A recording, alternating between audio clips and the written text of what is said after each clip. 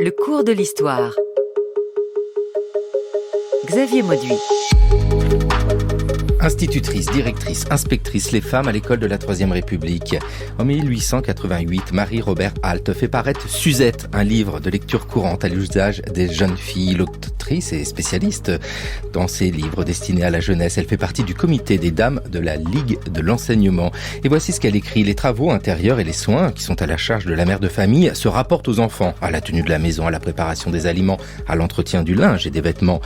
Il s'y ajoute, à la campagne, la direction de la basse-cour et la culture d'une partie des jardins. Dans cet ouvrage, une phrase sonne comme une sentence. Son rôle, en un mot, est de s'oublier et de se sacrifier pour tous. C'est cette histoire qui nous intéresse, celle de l'éducation des jeunes filles et celle de l'éducation de celles qui vont devenir les institutrices. Le corps, cette guenille, est-il d'une importance, d'un prix, à mériter seulement qu'on y pense? Et ne devons-nous pas laisser cela bien loin? Ouais, mon corps est moi-même, et j'en veux prendre soin. Guenille, si l'on veut, ma guenille, mes chairs. Le corps avec l'esprit fait figure, mon frère. Mais si nous en croyons tout le monde savant, l'esprit doit, sur le corps, prendre le pas devant. Et notre plus grand soin, notre première instance doit être à le nourrir du suc de la science. Ma foi, si vous songez à nourrir votre esprit, c'est de viande bien creuse, à ce que chacun dit. Et vous n'avez nul soin, nulle sollicitude pour... Sollicitude. À mon oreille est rude. Un extrait des Femmes savantes de Molière en 1672. Le corps, l'esprit. Bonjour Laurent Gutierrez. Bonjour. On peut dire qu'il y a une constante dans cette histoire de l'enseignement destiné aux jeunes filles. C'est que sur des siècles, la base, c'est savoir tenir une maison, être une bonne épouse et une bonne mère. C'est exactement ça. L'idée, effectivement, est d'attendre de ces femmes qui vont vouer leur vie entière à cet apostolat pédagogique, comme on le dit, à être les relais de cette idée qu'une femme tient sa maison, mais inculque aussi des valeurs morales, de probité, d'économie, et qui, grâce à elle, va permettre souvent à l'homme avec lequel elle vit de mener une vie, on va dire, maîtrisée, avec évidemment cette idée systématiquement de cette femme au service de l'homme, en tout cas au 19e siècle et au début du 20e siècle, pour effectivement asseoir cette idée qu'une femme est dévouée, qu'elle est là pour servir, de par aussi sa condition naturelle, c'est-à-dire qu'une femme est sensible, c'est une future mère, donc on attend d'elle effectivement qu'elle puisse porter ces valeurs de maternité, de soins, d'accompagnement, que l'on retrouvera d'ailleurs par la suite dans les travaux plus contemporains sur ce que l'on attend des femmes en général au sein de la société. Oui, c'est cette histoire-là sur le temps long. Mélanie Fabre, bonjour. Bonjour. À partir du moment où nous avons dit tout cela, cela signifie que l'éducation pour les jeunes filles ne peut pas être la même que pour les garçons, et je parle encore une fois sur le temps long.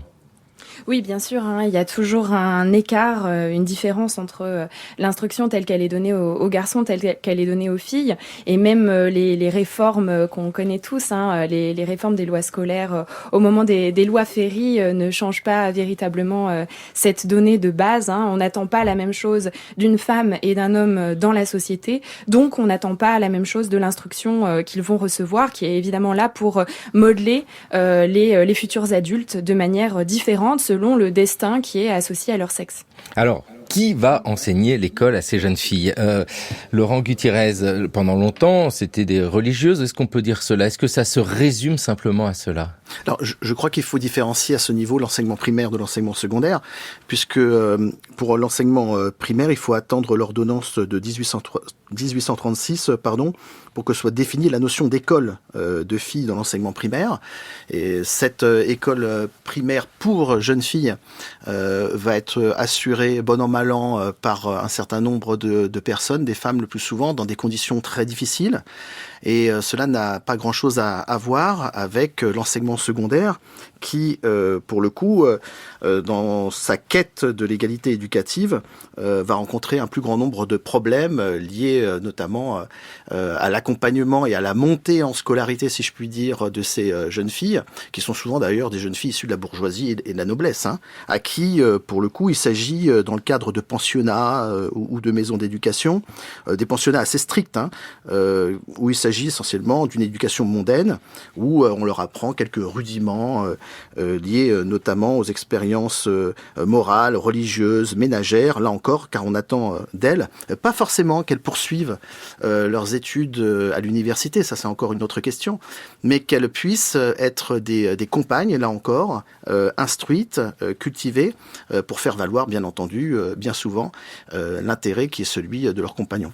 Laurent Gutiérrez, vous êtes professeur en sciences de l'éducation à l'Université Paris-Nanterre. Cette histoire de l'éducation est une histoire qui ne peut pas être simple, étant donné qu'il y a au moins 2 paramètres qui rentrent en compte, ou même 3. On pourrait dire l'âge, le milieu social et évidemment le sexe. Alors, oui, vous avez raison d'insister sur cet aspect-là, puisque en fonction des destins de ces jeunes femmes, vous avez aussi, peut-être qu'il y aurait un autre critère à prendre en compte, c'est la question du territoire. Moi, il me semble que on ne fait pas ce métier et on ne le vit pas de la même manière en fonction qu'on habite la Haute-Savoie, par exemple, que la Bretagne ou les grandes villes en France. Et là, effectivement, il y a une pluralité de profils. C'est chez ces jeunes femmes qui, d'une manière générale, ont un destin sacrifié, puisqu'elles vont rester pour la majorité célibataires, avec des conditions d'exercice très très difficiles. Et notamment, puisqu'il me semble que c'est un point important, la question des effectifs scolaires, puisqu'elles vont rencontrer dans leur quotidien de leur classe des classes plus ou moins fréquentées en fonction aussi des périodes de l'année. Et cela va les conduire à exercer souvent dans des conditions, alors certes difficiles, rudimentaires, spartiates, mais avec des publics, là encore, très divers en fonction de la proximité des habitations par rapport à l'école et des missions qu'on leur assigne à ce moment-là, à savoir les instruire ces enfants à un minimum républicain à la fin du 19e siècle, par exemple. Et on attendra de ces institutrices qu'elles puissent être les relais de la République pour effectivement essayer de mettre en place une culture commune républicaine qui évidemment va se heurter à l'existant, à savoir une importance considérable sur le territoire des congrégations religieuses qui jusqu'à présent s'occupaient majoritairement de la scolarité ou de l'instruction des enfants. Mélanie Fabre, oui c'est ça, les congrégations religieuses, les religieuses qui s'occupaient de toutes ces petites filles. C'était vraiment ça, à côté du maître d'école au village ou à la ville, on avait pour les petites filles des femmes. Oui, alors en fait, les congrégations religieuses ont été interdites à la Révolution française et le 19e siècle est vraiment le retour en force des congrégations dans le champ scolaire, ce qui fait que en 1880, donc au moment... Je suis obligée de vous fermer à chaque fois qu'elle parle. Alors, Il y a à peu près la moitié des petites filles dans l'enseignement primaire. Elles tiennent les 3/4 de ce qu'on appelle ensuite les écoles maternelles. À cette époque-là, on parle de salles d'asile, donc pour les enfants, les petits-enfants avant 6 ans. Et elles tiennent une grande partie aussi des couvents qui instruisent les jeunes filles bourgeoises. Et les républicains ont beaucoup insisté, ont un peu créé une légende noire de ces congrégations religieuses. Pourquoi ? Parce qu'au 19e siècle, en fait, les religieuses bénéficient d'une sorte de privilège par rapport aux institutrices laïques. Privilège qui s'appelle la lettre d'obédience. En fait, depuis la loi Guizot de 1833, les instituteurs, s'ils veulent tenir une école et faire classe, doivent avoir ce qu'on appelle un brevet de capacité.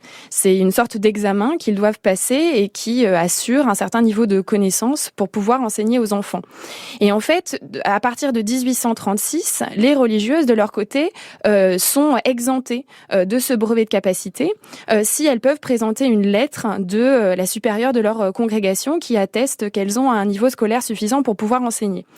Et ce privilège de la lettre d'obédience se maintient jusqu'en 1881. Donc pendant une grande partie du 19e siècle, les religieuses qui enseignent donc aux petites filles ou aux jeunes filles n'ont pas besoin d'attester de leur niveau de connaissance, ce qui a bien sûr été utilisé ensuite par les républicains pour parler en fait de ces religieuses ignorantes et pour construire une sorte de légende noire qui disparaît donc à partir des années 1880 puisque ce privilège est ensuite supprimé et que les religieuses qui veulent continuer à enseigner dans l'enseignement privé peuvent le faire à condition d'avoir elles aussi passé un brevet. Laurent Gutierrez, c'est quelque chose aujourd'hui qui nous échappe en grande partie, mais c'est l'histoire du 19e siècle de l'enseignement pour les petites et les jeunes filles. Cette opposition entre les congrégations religieuses et puis l'autre école. Mais il y a une inégalité ici entre les maîtresses d'école qui doivent prouver qu'elles sont capables de l'être et puis ces femmes issues des congrégations religieuses qui peuvent enseigner parce que on leur en donne l'autorisation dans le sein même de la congrégation. Ah, c'est toute l'histoire de la lutte effectivement entre la République et l'Église, avec effectivement cette loi de 1905 qui va en faire la séparation. Une égalité, je ne sais pas, une différence en tout cas, ça c'est sûr, avec il faut le rappeler quand même la liberté de l'enseignement qui va accélérer les choses avec la loi Fallou en 1850. Il faut peut-être, pour être tout à fait objectif sur cet aspect-là, dire que sans les congrégations au XIXe siècle, la question de l'offre d'instruction aurait été beaucoup moins importante et qu'à ce titre, les congrégations ont joué un rôle déterminant dans l'accueil des jeunes filles et dans leur instruction jusqu'aux lois scolaires de 1880-1882. Il faut aussi rappeler, il me semble, le travail qui a été mené sur une autre partie de la population qu'on n'a pas encore évoquée, qu'on évoquera peut-être, c'est-à-dire les salles d'asile et ce qui deviendra les écoles maternelles, car là aussi, il y avait de l'accueil. Je parle d'accueil, je dis pas forcément systématiquement instruction, parce que la question de l'instruction et des méthodes pédagogiques qui vont ensuite irriguer les réflexions dans la presse pédagogique, notamment à partir de la deuxième moitié du 19e siècle, va montrer de façon assez évidente que la question des méthodes pédagogiques arrive après l'accueil et ce qu'on appelait essentiellement à cette époque-là une instruction minimale basée sur les vertus essentiellement du sexe féminin, avec évidemment tout un travail sur l'exaltation de la maternité, avec un modèle féminin qu'il fallait transmettre. C'est ça, les salles d'asile, en fait, c'est l'ancêtre des écoles maternelles. Ça veut tout dire, salle d'asile. C'est l'asile, c'est juste l'accueil. Oui, alors dans son idée première, il s'agissait d'accueillir beaucoup d'enfants. Et surtout, il s'agissait de permettre aux mères qui, au cours du 19e siècle, commençaient à quitter le foyer pour aller travailler, permettre à ces mères de famille de placer leurs enfants pour qu'il y ait des personnes qui s'en occupent pendant qu'elles étaient au travail, et cette affaire, elle est importante parce que on ne voit pas bien, ou on ne prend pas la mesure de ce que représentaient des salles d'asile dans les grandes villes, notamment à Paris, où on accueillait jusqu'à 200, 300 enfants dans des conditions d'hygiène et d'insalubrité assez incroyables. La moyenne, c'était à peu près entre 60 et 120 enfants, donc 90 enfants dans les salles d'asile à cette époque-là, et on avait bien évidemment aussi des difficultés à refuser les enfants que les mères venaient déposer au début de la journée, parce qu'il y avait aussi des stratégies de contournement où on demandait aux responsables et aux directrices de ces salles d'asile d'accueillir des enfants, car sinon ils allaient rester dans la rue ou évidemment faire l'expérience des mauvaises mœurs à l'époque. Donc il s'agissait bien ici d'un travail lié essentiellement, en tout cas au début, à de l'accueil et pas à de l'instruction. Mais ça va évoluer. Surtout des femmes qui s'occupaient de ces salles d'asile. Il faut rappeler que nous sommes dans un temps où la couche n'est pas encore jetable. 200 enfants. Hein. C'est ça. C'est un travail énorme. Mélanie Fabre, c'est très intéressant d'essayer de voir dans quel champ les femmes commencent à avoir des responsabilités et bien souvent pas reconnues. C'est le cas pour les salles d'asile. C'est ça, c'est pour les plus petits. Oui, tout à fait. Ce sont des femmes qui s'occupent quasi exclusivement des salles d'asile, des petits-enfants. Il y a une historienne qui s'appelle Madame Epstein qui a mis en évidence le fait qu'au tournant du 19e et du 20e siècle se développe ce qu'elle appelle un capital de genre, c'est-à-dire l'idée que les femmes se voient reconnaître socialement une forme de légitimité dans certains domaines qui sont associés à la féminité, à la maternité, donc notamment aux soins de la petite enfance. Et pour avoir travaillé sur des femmes qui écrivent à cette époque-là, j'ai en effet constaté que beaucoup d'entre elles se disent mères, voire grand-mères, et en tirent des compétences particulières, ou en tout cas disent qu'elles en tirent des compétences particulières pour s'exprimer sur certains sujets, et notamment sur celui de la petite enfance. Donc ces salles d'asile, où elles sont très très actives, sont des initiatives, comme l'a dit Laurent Gutiérrez, qui sont liées donc au développement de l'industrialisation et du travail des mères en dehors de leur lieu de vie. Et à l'origine, ce sont simplement des institutions philanthropiques. La première est fondée en 1826 par une philanthrope protestante, et puis progressivement, ça va être beaucoup repris par des congrégations catholiques qui ont la majorité des salles d'asile à la fin du 19e siècle et qui en font un lieu en effet de garde d'enfants, mais aussi un lieu de prosélytisme. Enfin, c'est une manière aussi d'avoir une prise sur la société. Et ça va progressivement devenir un domaine où des laïcs vont s'imposer, et notamment l'une des premières d'entre elles, qui est également d'origine protestante, Pauline Kergomar, qui est la première inspectrice générale en France, qui est inspectrice générale des écoles maternelles. Et c'est pas pour rien que la première inspectrice générale soit associée à la petite enfance. C'est parce que dans l'état d'esprit collectif, il est légitime, la personne la plus légitime pour avoir des compétences dans ce domaine, c'est une femme. Eh oui, c'est ça. C'est ce grand tableau que nous dressons aujourd'hui dans le cours de l'histoire sur France Culture. Les éléments sont posés sur le temps long. Les femmes sont destinées à être éduquées de façon à être une bonne épouse et une bonne mère. Sur le temps long aussi, il y a cette opposition, mais ça c'est très 19e siècle, entre les congrégations religieuses et, à la fin du siècle, la République. Le 19e siècle, siècle de tous les changements. Il y a une soixantaine d'années, comme en 1687, on pouvait encore éduquer les filles sur les bases énoncées par Fénelon. Et si je fouille dans mes souvenirs, je constate que, sans qu'on s'en rendît nettement compte, c'était ainsi que tout se passait. Mais à partir de la seconde moitié du XIXe siècle, ce qu'on a coutume d'appeler le progrès scientifique, est-ce bien le progrès, je ne le sais pas, modifie complètement les conditions de la vie matérielle des hommes. Le développement industriel auquel je viens de faire allusion a eu pour conséquence un développement des transactions qu'on n'avait pas prévues. Dans tous les pays du monde, il a fallu que la femme travaille. Et oui, ça c'est un changement majeur. C'est le journaliste Pierre Chanlaine qui s'exprimait sur l'éducation des jeunes filles. Nous étions en 1950, Mélanie Fabre. Nous avons ici, tout doucement, l'idée que les femmes sont aptes à éduquer. Alors, pour les plus petits, dans les salles d'asile, ce qui devient ensuite les écoles maternelles, c'est une bonne chose. Mais dans les années 1830, il y a les lois Guizot sur l'école. Quelle place laisser aux enseignantes pour instruire les jeunes filles ? Alors, la loi Guizot, qui date de 1833, est l'une des premières grandes lois prises par l'État pour encadrer l'enseignement primaire, pour essayer de favoriser l'instruction des enfants, on va dire, entre 6 et 10, 13 ans. Et cette loi, en fait, met en place l'obligation pour chaque commune de plus de 500 habitants d'entretenir une école. Mais ce qui va se passer, c'est que ce sont surtout des écoles primaires de garçons qui vont être mises en place, puisque ce sont les communes qui doivent les financer, qu'il n'y a pas de budget débloqué par l'État, et qu'au XIXe siècle, on a quand même beaucoup de mal à accepter l'idée de la mixité, c'est-à-dire de la coéducation des sexes dans les mêmes salles, dans les mêmes classes, dans les mêmes écoles. Donc la difficulté tout le long du XIXe siècle est liée au fait que des écoles de garçons se mettent progressivement en place.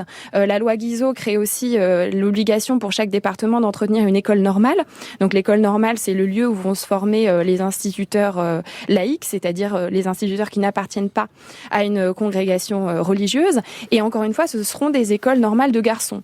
Donc en fait, par manque de moyens et parce qu'on considère que l'instruction des filles est secondaire, puisque les filles vont être amenées à être de toute façon dans le foyer et à ne pas intervenir dans l'espace public, l'instruction des filles est quand même relativement délaissée et c'est une des grandes absentes de cette loi Guizot de 1833. Et puis il y a cette autre loi qui a été évoquée, la loi Fallou, du nom d'Alfred Fallou. Nous sommes en 1850, c'est la République, la Deuxième République, et nous l'avons dit, c'est une loi qui renforce l'enseignement confessionnel, c'est-à-dire qu'il est possible pour une religieuse d'enseigner sans prouver tout ce que doit prouver une autre femme issue de l'école toute simple. Mais cette loi Fallou, Laurent Gutiérrez, a quand même une conséquence pour les jeunes filles, c'est-à-dire que elle ouvre déjà des écoles pour les petites filles. En fait, on le voit au 19e siècle, c'est un progrès, mais très lent pour l'idée qu'il faut des écoles pour les filles. Oui, la loi Fallou va indéniablement accélérer la privatisation de l'enseignement secondaire féminin. Les pensionnats qui vont être dirigés par les congrégations religieuses vont se multiplier sous le Second Empire et on va voir se développer des efforts très très importants pour permettre l'augmentation en tout cas en termes des effectifs, une augmentation des jeunes filles dans ces établissements. Là encore, je crois que c'est surtout l'enseignement secondaire qui va bénéficier de cette liberté de l'enseignement et qui va introduire progressivement une concurrence par l'omniprésence. Et parce que ce qui se joue derrière tout ça, en définitive, c'est la question de qui a en charge, qui va prendre en charge cette éducation des jeunes femmes, avec cette idée aussi que cette scolarisation des jeunes filles correspond à ce qu'on attend d'elles au sein d'une société où on ne n'imagine pas, en tout cas dans la seconde moitié du 19e siècle, pour la majorité d'entre elles, une instruction et une formation qui puissent les amener, on va y revenir certainement, mais par exemple au baccalauréat, qui serait effectivement le diplôme qui leur permettrait ensuite de venir concurrencer les hommes sur des métiers et des fonctions, car instruites et donc bachelières diplômées. Et c'est là, je crois, qu'il y a effectivement un intérêt très très très fort de la part aussi bien du côté des congrégations que de la République qui se met en marche, à savoir qu'il y a bien des enjeux de formation par rapport à ce que l'on attend de la femme dans une société qui va évidemment évoluer au cours du temps. Les phénomènes sociaux n'ont pas le même rythme de vie que les régimes politiques. Mélanie Fabre, nous parlons de République, d'Empire, le Second Empire, et puis de Troisième République. Bien sûr, il y a un progrès dans tous les cas. On pourrait faire la liste des différentes lois, la loi du Rhuys de 1867 qui ouvre encore de plus en plus d'écoles pour les petites filles. Mais peu importe, en fait, Empire et République, la société reste la même. C'est-à-dire que l'idée de ce qu'il faut enseigner aux jeunes filles, c'est toujours la même chose. Oui, c'est vrai, mais en même temps, on voit quand même des idées différentes selon les personnes qui les portent et selon les régimes politiques dans lesquels elles apparaissent. Vous avez parlé de la loi Fallou de 1850 en disant que c'était une loi de la Seconde République. C'est vrai, mais ça reste quand même une loi conservatrice qui fait suite à un tournant, on va dire, à droite de l'Assemblée après les journées de juin 1848, qui sont des journées insurrectionnelles à Paris. Et donc l'idée, c'est de faire en sorte quand même de créer une école qui puisse apprivoiser dans une certaine mesure les masses populaires. Et donc la loi Fallou fait confiance à l'Église et aux congrégations pour former en fait les futurs citoyens. Si on revient quelques années auparavant, en février 1848, donc là on n'a pas encore eu cette insurrection qui a fait peur à une partie du pays, on a un projet de loi qui est celui d'Hippolyte Carnot, qui est un républicain, fils de républicain, père de républicain. C'est une dynastie au 19e siècle, les Carnot. Et là, Hippolyte Carnot propose l'abolition de la lettre d'obédience pour les religieuses, la mise en place d'écoles primaires publiques de filles, la laïcité de l'instruction, des améliorations de salaire pour les institutrices. Donc en fait, ce sont le projet de loi n'est jamais voté en 1848 et finalement la loi scolaire qui va être prise sous la Seconde République, c'est au contraire quand même une loi beaucoup plus conservatrice. Donc à 2 années d'écart, on voit bien que les mouvements sociaux ont forgé deux manières différentes de concevoir l'éducation. Dans un cas, une éducation qui se voulait, sous Hippolyte Carnot, émancipatrice, formatrice de républicains. Et puis dans l'autre cas, la loi Fallou, qui est quand même forte de concessions faites à l'Église et qui est relativement quand même muette sur la situation des filles, à l'exception quand même, il faut le dire, d'une mesure de la loi qui est l'obligation pour les communes de plus de 800 habitants d'ouvrir des écoles primaires de filles. Donc il y a quand même quelques avancées, mais les couleurs politiques qui portent ces lois, évidemment, ne les forgent pas de la même manière et dans le même objectif. Oui, merci vivement Mélanie Fabre de rappeler que sous ce terme de république, il y a beaucoup de choses et la république sociale est bien loin de la république conservatrice, celle qui vote notamment la loi Fallou en 1850, avec une histoire des jeunes filles qui intrigue. Comment les éduquer? Qui pour les éduquer? Nous nous situons le 10 avril 1870 lors d'une conférence populaire donnée par Jules Ferry. Réclamer l'égalité d'éducation pour toutes les classes, ce n'est faire que la moitié de l'œuvre, que la moitié du nécessaire, que la moitié de ce qui est dû. Cette égalité, je la réclame, je la revendique pour les deux sexes. La difficulté, l'obstacle ici n'est pas dans la dépense, il est dans les mœurs. Il est, avant toute chose, dans un mauvais sentiment masculin. Quand Jules Ferry s'exprime en avril 1870, ce n'est toujours pas la République et Jules Ferry n'est pas encore le grand ministre de l'instruction publique qui vote les lois Ferry. On n'en est pas loin, mais pointe déjà cette réflexion, Laurent Gutierrez, sur...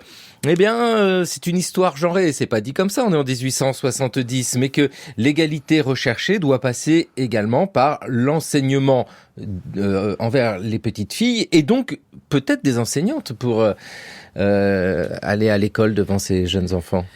Oui, vous avez là encore raison de rappeler ce discours célèbre d'avril 70 de Jules Ferry, qui évidemment à ce moment-là a tout intérêt à placer cette querelle avec l'Église au centre des débats par rapport à ce qu'il préconise.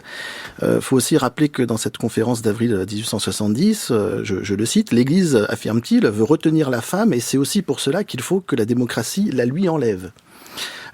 Il faut que la démocratie choisisse sous peine de mort. Il faut choisir citoyen. Il faut que la femme appartienne à la science ou qu'elle appartienne à l'Église. Voilà, je crois que tout est dit. C'est-à-dire que il y a bien le début. Après, évidemment, on est à un moment, à un tournant aussi de l'histoire de France avec la défaite de Sedan contre la Prusse.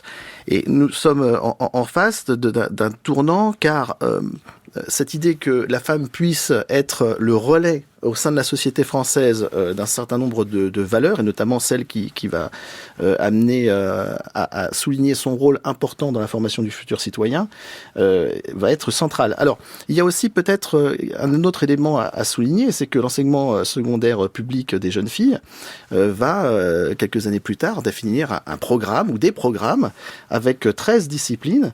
Et ce qui est assez intéressant quand on regarde ces disciplines, c'est que elles sont constituées de l'enseignement moral, de l'hygiène, de l'économie domestique, les travaux de l'aiguille, comme on dit à l'époque, des notions de droit usuel, le dessin, le modelage, la musique, et que ces études entreprises à partir de 12 ans en général peuvent permettre à ces jeunes filles soit d'accéder à un brevet élémentaire, soit à un baccalauréat. Et je reviens sur cette affaire-là, puisqu'il me semble que la République, en prenant en charge cette question de la formation des futures citoyennes par une scolarité d'État, va permettre de servir les intérêts de cette Troisième République qui se met à ce moment-là en place, qui se mettra en place à partir quand même de 1875, il faudra un petit moment, et qui va amorcer effectivement peu de temps après toute une réflexion sur la formation des jeunes gens et des jeunes filles dans des écoles normales supérieures. C'est aussi l'époque où on va créer un institut national pédagogique, un musée pédagogique. Donc il y a une vraie réflexion aussi sur la formation de ces jeunes filles à un métier, et c'est là où on voit advenir, au-delà des programmes, la manière dont on va enseigner, dont on va professer, et dont cette question de formation des futures enseignantes va émerger est pris en charge par cette Troisième République naissante. Mélanie Fabre, mais oui, c'est ça. Cette histoire qui s'écrit, en fait, elle est plurielle. Il y a l'histoire de l'enseignement destiné aux petites filles, et puis il y a l'histoire de la formation des enseignantes. C'est pas exactement la même d'ailleurs. On parle d'école normale. Ça date de quand, les écoles normales? Alors évidemment destinées à former des enseignants. Oui, alors l'extrait que vous nous avez passé de Jules Ferry date en effet d'avril 1870. Donc à ce moment-là, il est un député opposant à l'Empire. L'Empire n'est pas encore tombé. Et il faut attendre les années 1879 pour qu'une partie de son programme scolaire soit mis en place. Pourquoi 1879 ? Parce que en fait, les républicains arrivent au pouvoir à la suite de la défaite de Sedan en septembre 1870. Mais l'Assemblée nationale est en majorité, enfin la Chambre des députés et le Sénat sont en majorité monarchistes. Et donc il faut attendre une succession d'élections pendant les années 1870 pour que les républicains aient la majorité dans les deux chambres, à partir de 1878-79. Et ce qui est intéressant, c'est que les premières lois d'ampleur qui sont prises par les républicains sont des lois scolaires. Alors pourquoi ? Une des raisons, il y en a sans doute plusieurs, mais c'est que la Seconde République, la République de 1848, avait porté au pouvoir Napoléon III, Louis-Napoléon Bonaparte, par le suffrage universel. Donc on avait élu comme président de la République quelqu'un qui n'était pas le premier des républicains, puisqu'il était clairement un turiféraire de l'Empire. Et donc l'idée, c'est qu'il va falloir quand même essayer de remédier à ces problèmes et former des gens qui auront une culture politique suffisante pour faire fonctionner la République. Donc former des citoyens. D'où le fait que les premières lois qui soient prises par les républicains de manière assez unanime, à partir de 1879, soient des lois scolaires. Donc la première de ces lois, en 1879, c'est la loi Paul Bert, qui rend obligatoire la présence d'une école normale d'instituteurs et d'une école normale d'institutrices dans chaque département. Alors ça change pas grand-chose pour les hommes, puisque seulement 6 nouvelles écoles normales sont fondées dans le sillage de cette loi. Par contre, 64 écoles normales d'institutrices sont fondées dans les années qui suivent la loi Paul Bert de 1879, parce que, on l'a dit, si les congrégations religieuses étaient aussi importantes pour l'instruction des filles durant tout le 19e siècle, c'est d'abord et avant tout en raison du fait que le vivier d'enseignantes laïques, qui n'appartenaient donc pas à des congrégations religieuses, était très faible. Et que donc on a utilisé les religieuses. Et pourquoi est-ce que ce vivier était très faible ? Par manque de formation, en fait, offerte à ces institutrices laïques. Donc là, la création de ces écoles normales d'institutrices à partir de 1879 a pour objectif de former un corps enseignant féminin acquis aux idées de la République qui puisse ensuite les répandre dans toutes les écoles primaires. Et au-dessus de ces écoles normales, il y a l'école normale supérieure d'institutrices de Fontenay-aux-Roses, qui est l'école, donc une école nationale, dans laquelle se forme le personnel des écoles normales de filles, donc les professeurs. C'est la première fois qu'on utilise le terme de professeur pour désigner des femmes à cette époque-là, les professeurs des écoles normales de filles, qui formeront à leur tour les institutrices, et les directrices des écoles normales. Donc se met en place en fait une sorte de pyramide de formation entre les écoles primaires publiques qui vont devenir laïques, au-dessus d'elles les écoles normales où sont formées les institutrices, et tout au-dessus l'école de Fontenay-aux-Roses qui forme l'élite de l'enseignement primaire féminin. Oui, ce sont ces écoles normales supérieures. Il faut former les professeurs qui vont former les institutrices qui vont pouvoir enseigner aux jeunes filles. Dès l'ouverture de Fénelon en 1883, on peut y préparer Sèvres. C'est-à-dire l'école normale supérieure de jeunes filles qui forment des professeurs. Exactement. Donc, au début, très peu de candidates, mais très vite, avec les boursières, le nombre grandit et un personnage officiel s'inquiète et écrit. Les jeunes filles sans fortune qui viennent au lycée gratuitement ont parfois des ambitions qui dépassent non leur intelligence, certes, mais leur situation sociale. C'est un très grave danger. Admirable. Savez-vous à quoi cela me fait penser ? C'est qu'à la même époque, on songeait sérieusement à promulguer une loi stipulant que tout véhicule avançant par ses propres moyens sur route l'automobile, mon bon devait être obligatoirement précédé d'un piéton porteur d'un drapeau rouge. C'est une plaisanterie. Non, pas du tout, c'est vrai. Pour avertir de l'arrivée de la machine. Cela procède du même esprit éclairé. Eh bien, c'est un exemple très bien choisi à tous les points de vue, monsieur, car l'essor féminin peut être parfaitement comparé à celui de l'automobile.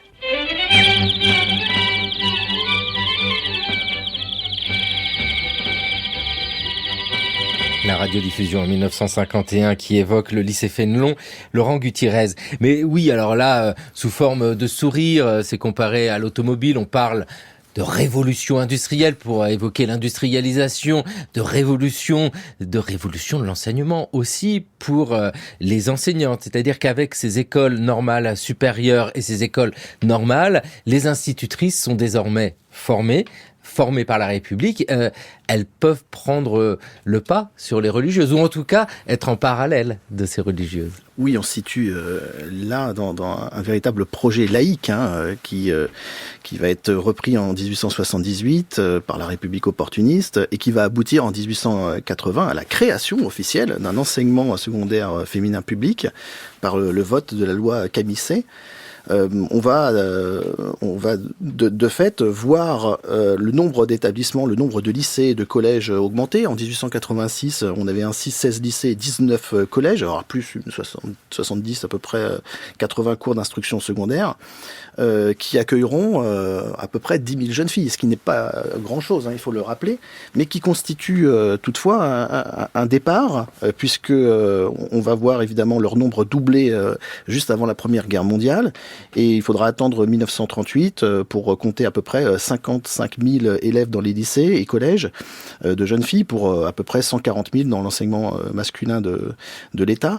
On voit bien effectivement qu'à travers ces formations, il y a aussi une question de légitimité à enseigner avec certes des programmes à respecter, mais aussi un doigté, la possibilité de comprendre l'âme des jeunes filles qui n'est pas donnée aux hommes.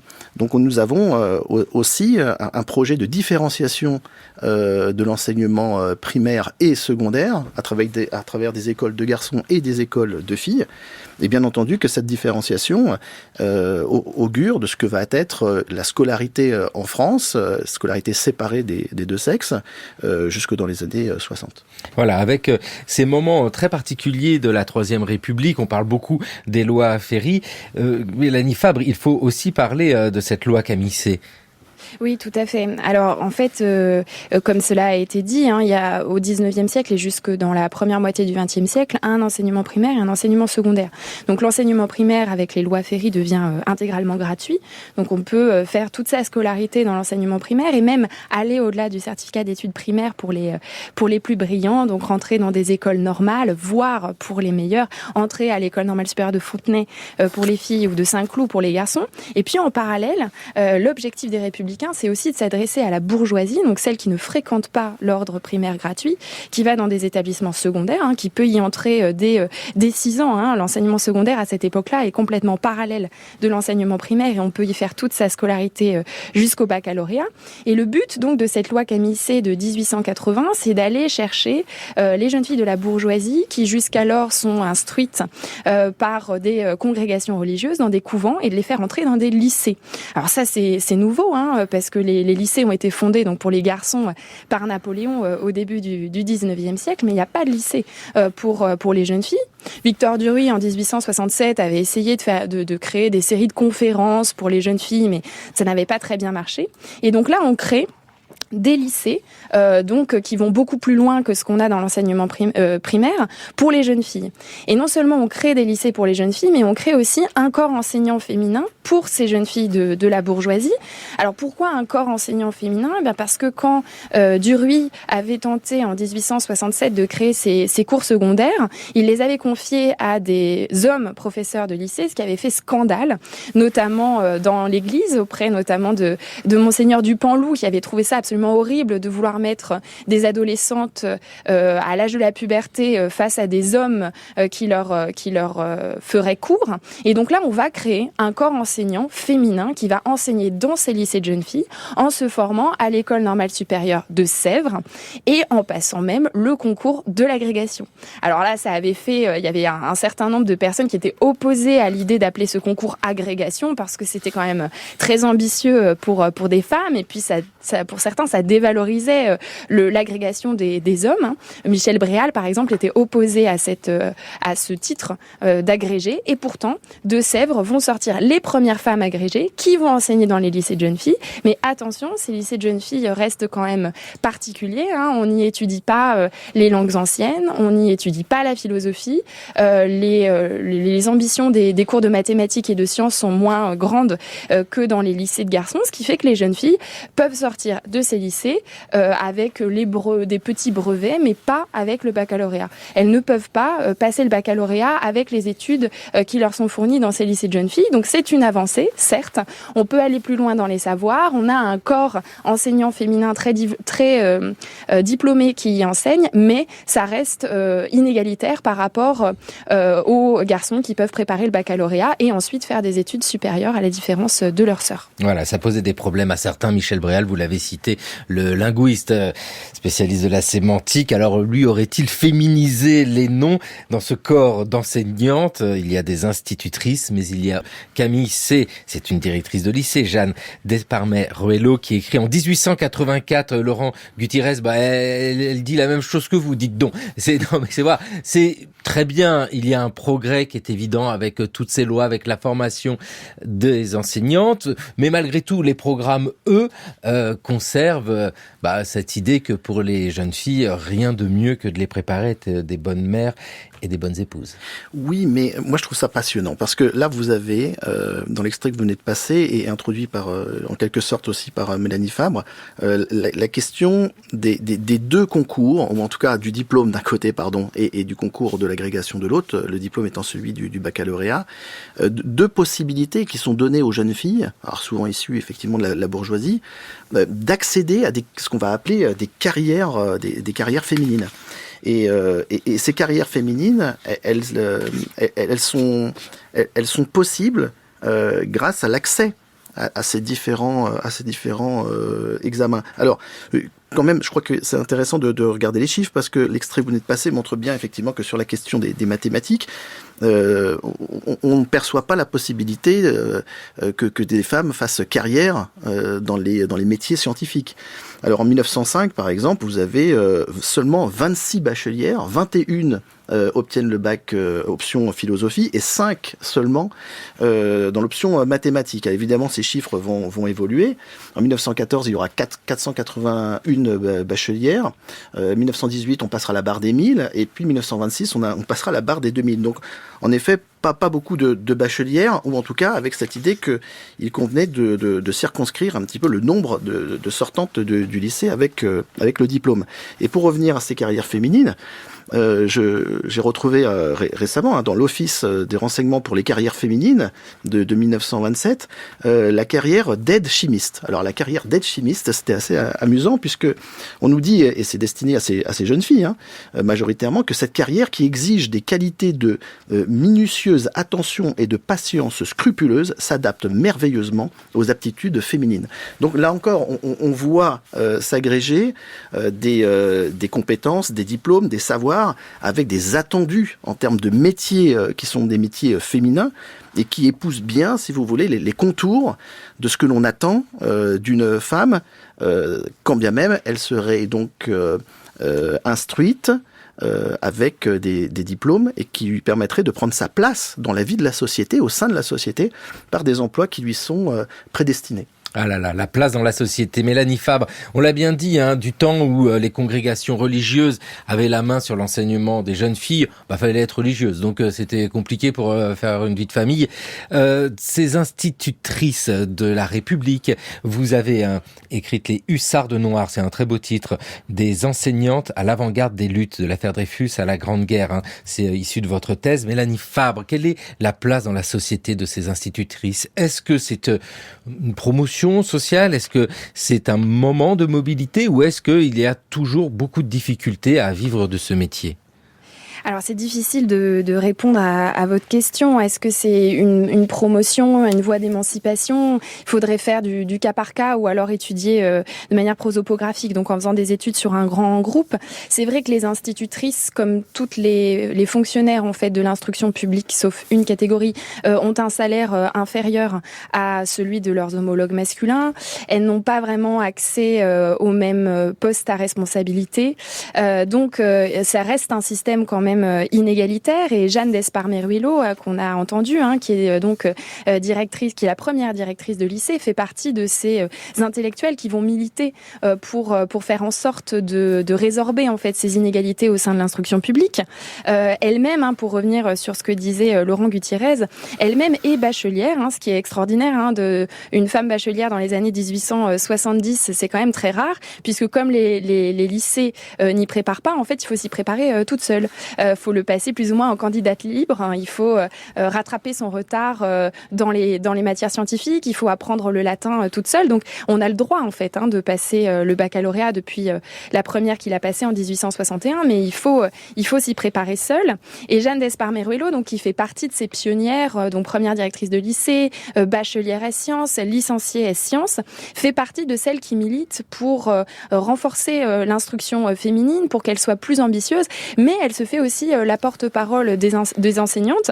Alors ce qui est assez rigolo dans son cas, c'est que lorsqu'elle polémique avec Camille C, donc le fondateur de la loi dont on a parlé, là dans le bulletin dont est extrait le texte que vous avez lu, lorsqu'elle polémique avec lui, elle est quand même...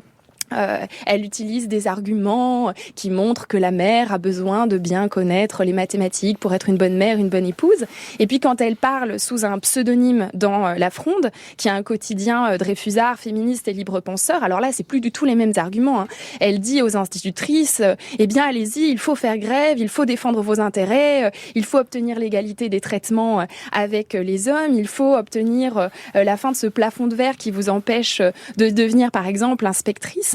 Donc ici on voit en fait une intellectuelle qui défend les institutrices et les professeurs de l'instruction publique en général, qu'il défend à la fois ouvertement sous son nom propre, donc nom d'ailleurs composé, d'Esparmeruelo, elle garde son nom de jeune fille qu'elle accole à son nom d'épouse, et puis quand elle parle sous un pseudonyme, elle est beaucoup plus virulente, et donc c'est intéressant aussi de voir cette dualité dans le discours public qui est le sien donc au tournant du 19e et du 20e siècle. Je reprends le sous-titre, Mélanie Fabre, de votre thèse, des enseignantes à l'avant-garde des luttes de l'affaire Dreyfus à la Grande Guerre. Il y a une nette participation de ces enseignantes qui ont par l'enseignement une émancipation sociale. Elles ont les armes ici, donc elles décident d'agir, elles prennent la parole.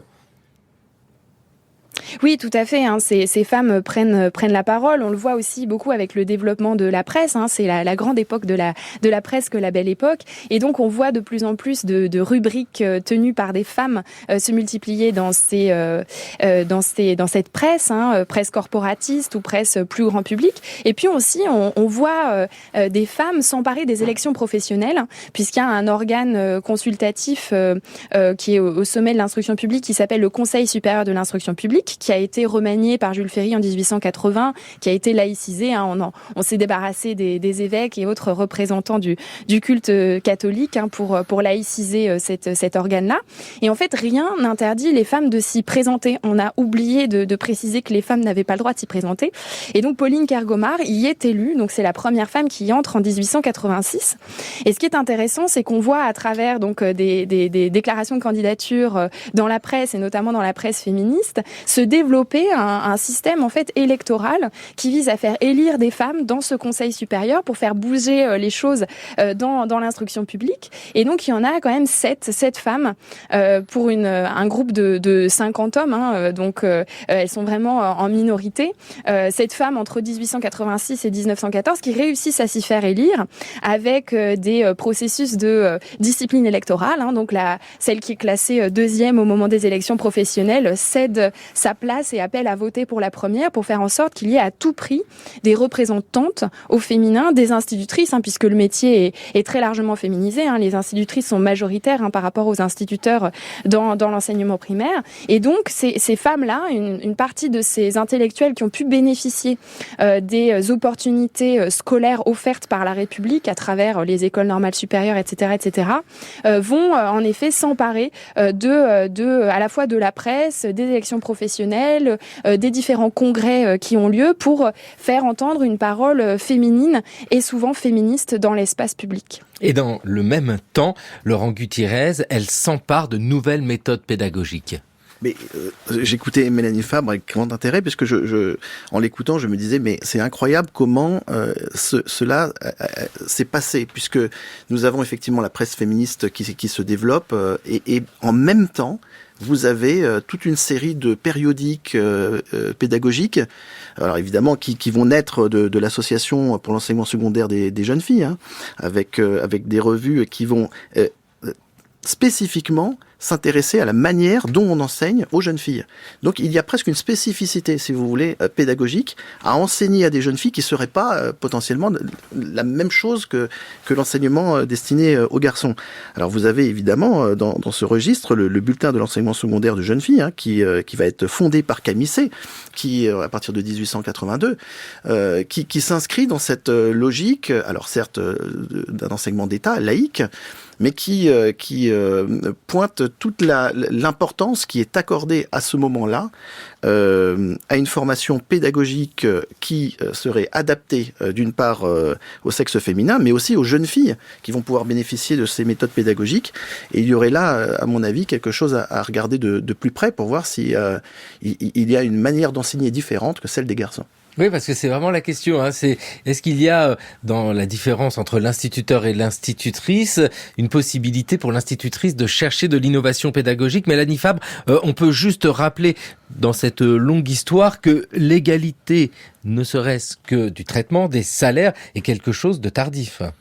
Oui, alors l'égalité des traitements entre instituteurs et institutrices est obtenue en 1919 à la suite de la Première Guerre mondiale, même si c'est un combat qui a eu lieu pendant toute la Belle Époque.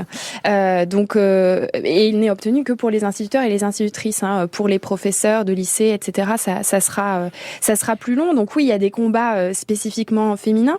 Est-ce qu'il y a des manières d'enseigner spécifiquement féminines? Alors c'est un petit peu plus dur à dire. En tout cas, ce que j'ai pu constater dans mes recherches, c'est que les femmes sont très impliquées sur deux questions qui ont un lien avec la pédagogie. La première, c'est la question de l'instruction pacifiste, c'est-à-dire que, comme vous le savez, lorsque les lois scolaires sont votées dans les années 1880, on est encore dans le deuil des provinces perdues, l'Alsace, la Lorraine, la défaite face à la Prusse, et donc il y a un enseignement assez martial qui est visible notamment à travers la création des bataillons scolaires, etc.